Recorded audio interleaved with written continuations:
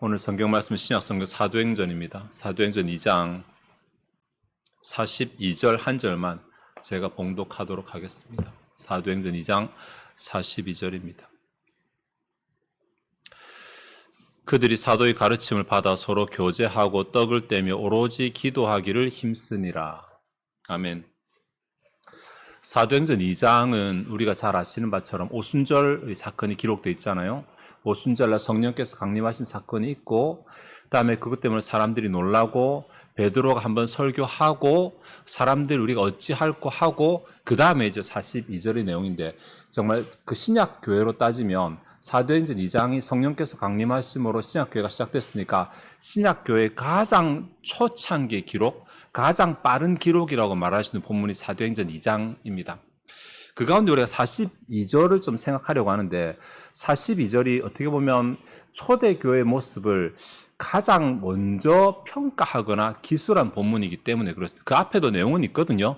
그러니까 무슨 일이 있었는가 내용 앞에 나오는데, 그 일이 어떻게 정리되는가는 42절부터 시작된다고 할 수 있어요.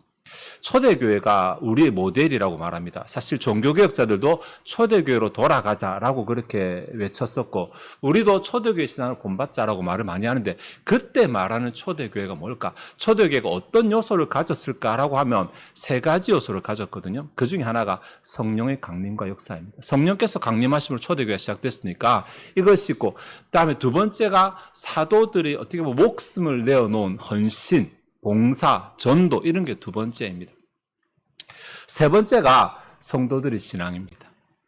그러니까 이 세 가지가 합쳐져서 우리가 모델로 삼는, 혹은 이 땅 가운데 가장 처음이라고 말하는 초대교회가 폭발적으로 성장을 하게 됩니다. 교회다운 교회라고 할 수 있죠. 성령께서 강림하심으로 능력을 역사하셨고, 사도들이 헌신하고 뜨겁게 했고, 이거 알겠는데 성도들의 신앙이 과연 뭘까? 성도들의 신앙. 그것이 오늘 본문에서 나오는 부분이거든요. 그래서 이 초대교회 때 우리가 모델로 삼아야 될 성도들의 신앙이 무엇인지를 좀 생각해 보려고 합니다.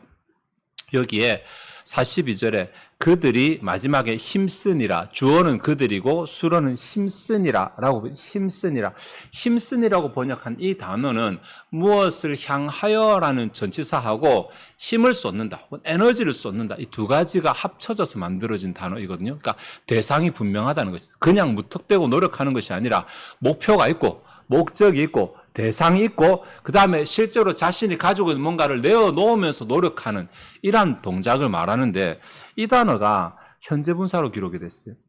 현재분사는 진행이잖아요. 그죠? 그러니까 사실 잘 없는 표현인데, 헬라어에 영어로 말하면 비동사 플러스 현재분사인데 헬라어로는 개사 플러스, 그래서 이런 표현 잘 없어요. 현재분사만 써도 되는데 굳이 없어도 되는 뭐뭐 하고 있었다라고 하는 동사까지 이렇게 기술한 것은 한동안 그들이 그런 삶을 계속 유지했다는 것인데, 그 노력했던 그 세 가지가 여기 보니 사도의 가르침을 받아 서로 교제하고 떡을 떼며 오로지 기도에 힘썼다, 이렇게 말하고 있습니다. 신학적으로 보면 42절이 꽤 이제 해석이 중요한 본문이거든요. 사도의 가르침을 받아 말씀이 있었고, 떡을 떼며 성찬이 있었고, 기도하며, 그래서 교회의 표지로 삼는 그러한 본문이기도 합니다만은, 오늘 우리는 신학적 관점에서 본문을 안 보려고 해요. 신앙의 관점에서, 아까 말한 성도들의 신앙이 어땠는지를 살펴보는 관점에서 본문을 조금 보려고 합니다. 여기 보면 사도들이 가르침을 받아 서로 교제하며 떡을 떼며 오로지 기도했다 말했으니까, 사도들이 가르침이 뭔가 원인이 되고, 그 다음에 이것 때문에 교제도 하고 떡도 떼고 기도한 것처럼 이렇게 이제 한글 성경을 번역해놨는데, 원어는 전혀 그렇지 않습니다. 원어는 사도들이 가르침에 힘을 쏟았고, 그 다음에 이게 조금 해석의 논란이 있는데, 교제의 떡에 에너지를 쏟았고 기도에 에너지를 쏟았고, 이렇게 크게 세 가지로 구분할 수 있어요. 접속사가 그렇게 나눠져 있으니까. 그래서 이 세 가지를 우리가 구분해서 좀 한번 생각을 해보려고 합니다.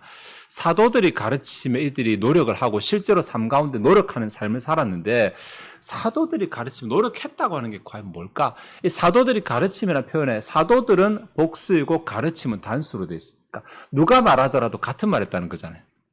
내가 누구의 말에 누구의 가르침에 한 게 아니라 앞에 보면 사실 베드로 말밖에 없는데도 불구하고 베드로의 말 이후에 많은 사도들이 서로 막 가르쳤지만 그들이 전했던 내용은 한 가지였다. 그러니까 이들이 사도들이 중점이 아니라 그들이 전했던 한 가지 말이 중점이죠. 그게 하나님 말씀이거든. 그러니까 사도들이 가르침에 이 사람들이 노력했다는 말은 결국은 하나님의 말씀에 노력했다는 말이 되겠죠. 하나님의 말씀.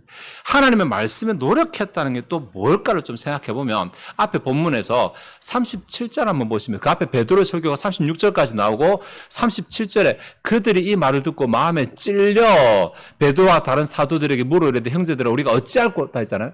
베드로가 설교를 했을 때 사람들이 그 말을 듣고 그냥 지나간 것이 아니라 그 말에 마음이 찔렸고 마음이 찔린 것으로 그친 것이 아니라 다시 사도들에게 나가서 우리가 어떻게 해야 되겠느냐 라고 이렇게 질문을 했던 거죠.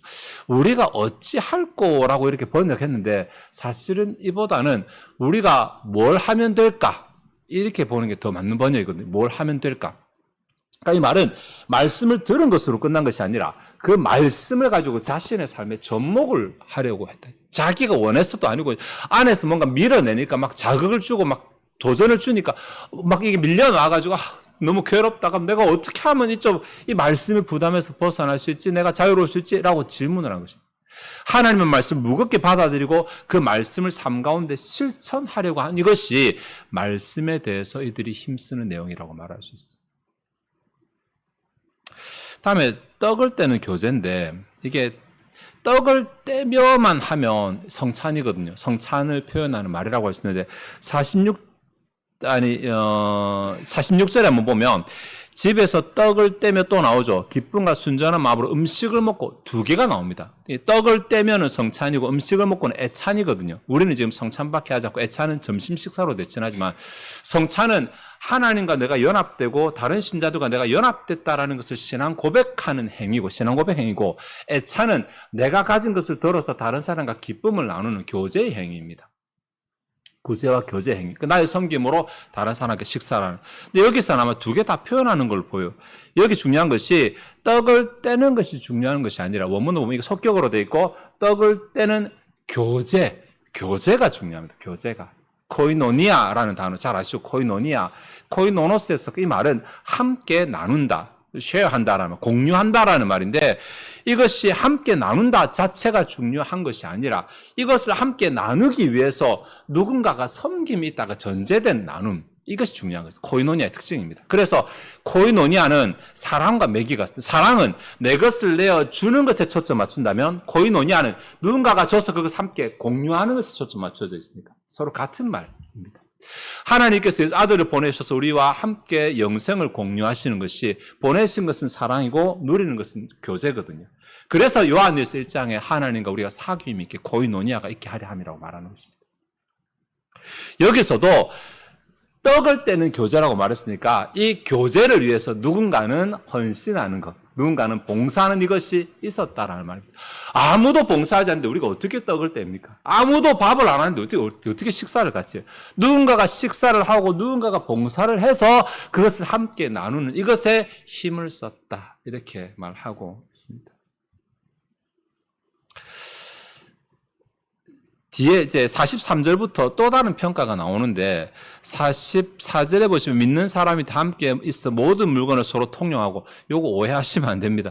이거에게 공산주의 이론 나왔다고 말하는데 이 원어를 보면 전혀 그런 내용 아니고 45절에 또 재산과 소유를 팔아 각 사람 필요 따라 나눠주고 이렇게 뭐 재산 다 팔아내고 그런 말 여기 본문은 전혀 그런 말 안 하고 있습니다. 공동체의 삶을 살아가는데 다 함께 모여 있어서 생활하는데 부족한 것이 보이면 자기 집에 남는 것을 갖다가 채워주는 이런 일들이 있었다라는 것입니다. 지금 헌금하잖아요. 그죠? 그래서 교회가 유지되고 교회 사업을 하고 있잖아요. 같은 원리입니다. 재산 다 팔아내주고 아나니아와 삽비라 얘기했다 보니까 사람들이 오해를 하는데 아니야. 그런 거나 그 본문은 그런 거 말하고 있지 않습니다. 우리가 공동체의 삶을 살아가는데 교회 생활하는데 뭔가가 부족한 게 있어. 그러면 그거 보면 그래? 지금 마침 나한테 지금 또 여유가 있네. 그럼 그거 내가 채워놓고 그렇게 해서 공동체가 원활하게 유지되도록 하는 이 일에 사람들이 노력했다. 이런 말입니다. 세 번째가 기도에 이 사람들이 노력했는데 이거 특별히 말 안 해도 알 거예요. 초대교회가 기도로 시작했잖아요. 오순절 사건이 기도 가운데 있었던 사건이잖아요. 처음부터 교회는 기도 공동체였어요. 이들이 기도하는 가운데 성령께서 임하셨고, 이들이 기도하는 가운데 기적이 일어나고, 기도하는 가운데 교회가 성장하게 되고, 교회와 기도는 뗄 수 없습니다. 기독교를 기도교라고 왜 부르게요? 기도 없으면 안 됩니다. 여러분들, 이게 우리는 지금 한국교회는 이전에 기도 많이 한 세대의 덕을 아직까지 끝자락에 조금 보고 있으니까 지금 기도 안 해도 뭔가 유지되는 것처럼 보이지만, 교회 역사를 가만히 살펴보면 교회가 기도 안 할 때는 교회는 여지없이 무너졌어요. 시차가 있을 뿐이지. 그리고 아무리 힘들어도 교회가 기도할 때는 여지없이 결과는 좋았어요. 시차가 있을 뿐이지. 일제시대 때 한국교회가 기도하고 새벽 기도하고 금요기도 만들고 수요기도 이렇게 하니까 그 다음 시차가 있을 뿐이지 한국교회가 얼마나 잘 되고 한국이 얼마나 잘 됐어요. 네. 초대교회 기도하던 그것이 국교로 바뀌면서 교회 기도가 점점 줄어드니까 결국은 교회도 망하고 국가도 망하고 기도 없으면 안 됩니다, 여러분들. 기도 없으면. 근데 이번에 저희 스리랑카 갔다 잘 알겠지만 괜히 기도하는 거 아니에요. 괜히 하루에 3번씩 기도하는 거 아니에요. 기도 없으면 안 된다는 거 아시니까 그렇게 하는 거예요. 네. 신자가 기도 안 하면 본문에 없는 얘기지만 신자가 기도 안 하면 신앙생활에 재미가 없습니다. 일단은 그냥 교회는 가고 예배 참석하는데 삶에서 하나님을 경험할 수가 없어요. 기도 안 하면. 사역자가 기도 안 하면 그 큰 하나님의 일을 자기 힘으로 다 해야 돼. 자기 힘으로. 무슨 재주로 사람이 무슨 재주로 그 큰 하나님의 일을 감당합니까? 절대로 안 됩니다. 흉내만 낼 뿐 기도 없으면 아무것도 안 됩니다.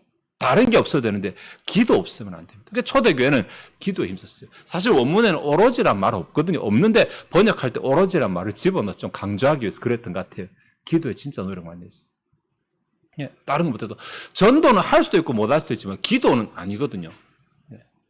다른 건 할 수도 있고 못 할 수도 있지만 기도는 못 할 수 있는 이유가 없어요. 못 할 수 있는 핑계가 없어요. 기도는 못 할 핑계가 없어요. 그냥 내가 게을러서 안 하는 것일 뿐이에요. 이것이 오늘 우리 한국교회 조금 비교해서 이날을 생각해보면, 이 초대교회 생각해보면 성령께서 계시는 거 똑같거든요. 지금도. 그때 임한 성령이 지금도 떠나지 않으셨으니까. 그럼 뭐가 문제라서 한국교회가 이렇게 초대교회처럼 신나고 재밌는 신앙을 살지 못하는 거? 나머지 2개밖에 없네요. 사역자들이 제대로 하나님 말씀을 안 전하거나 교회가 제대로 기도하지 않거나. 우리 교회가 그렇다는 말이 아니라 우리 발버둥 치고 있잖아, 나름 우리. 네. 그래서 우리 교회뿐만 아니라 이 시대의 교회가 만약에 진짜로 초대교회처럼 사도행전 2장처럼 3장처럼 4장처럼 이렇게 성령께서 처음 오셔서 역사하실 때 그 아름답고 재미난 교회를 우리가 회복하고자 한다면 결국은 말씀이 회복돼야 되고 기도가 회복이 돼야 된다는 얘기예요. 그리고 본문이 말하는 교제의 봉사가 회복돼야 돼요.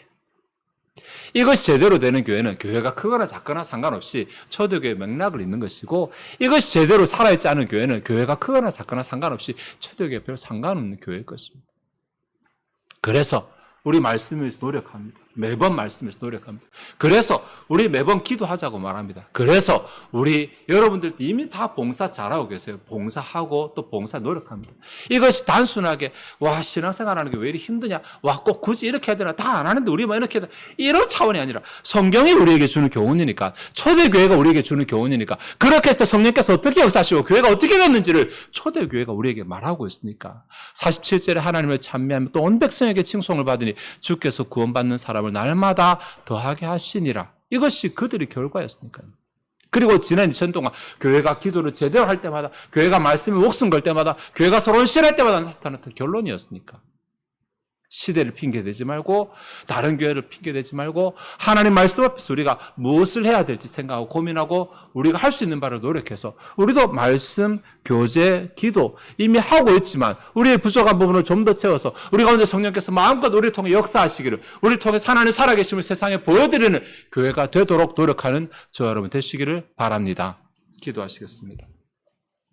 하나님은 사도행전 2장 42절을 짧게 생각해 보았습니다. 하나님, 우리 이미 많이 노력하고 있습니다. 다른 교회에 비해서 우리 교회 많이 노력하고 있지만 그래도 또 우리가 혹 다른 교회보다 우리가 더 노력한다고 자만하거나 나태해지지 말게 하시고, 하나님의 말씀이 언제나 우리의 기준이 되고 거울이 되게 하셔서 말씀 앞에서 우리의 부족한 것을 또 보충하고 또 노력하며 성화해 나가는 우리를 되게 하시고, 그러한 우리를 통해 일하시고 우리 교회를 사용하시고 우리 가운데 역사하시는 성령의 능력을 경험하는 교회가 되게 해 주옵소서. 하나님, 이 시대에 신앙, 교회 많은데, 말씀 많은데 힘없는 신자들이 너무 많습니다. 하나님과 신앙하면서 힘있게 살아가는 것, 승리하며 살아가는 것이 아니라 하나님을 모시고 살아가고 하나님과 함께 살아간다고 말하면서도 패배자처럼 힘없이 살아가는 신자들이 너무 많은 시대입니다. 하나님, 우리가 어찌해야 하겠습니까? 우리가 무엇을 해야 하면 되겠습니까? 우리에게 알려주시고 우리가 할 수 있는 것 하게 하시고 우리를 통해 일하셔서 우리가 다른 교회 가운데 이 세상 가운데서 빛이 될 수 있도록, 소금이 될 수 있도록, 모델이 될 수 있도록 주님 앞에 쓰임받는 교회가 되게 하시기 원합니다. 이 시간 주 앞에 준비된 예물을 드리고자 합니다. 우리의 마음이 즐거이 하나님을 헌신하게 하옵소서. 감사드리며 예수 그리스도의 이름으로 기도하옵나이다. 아멘.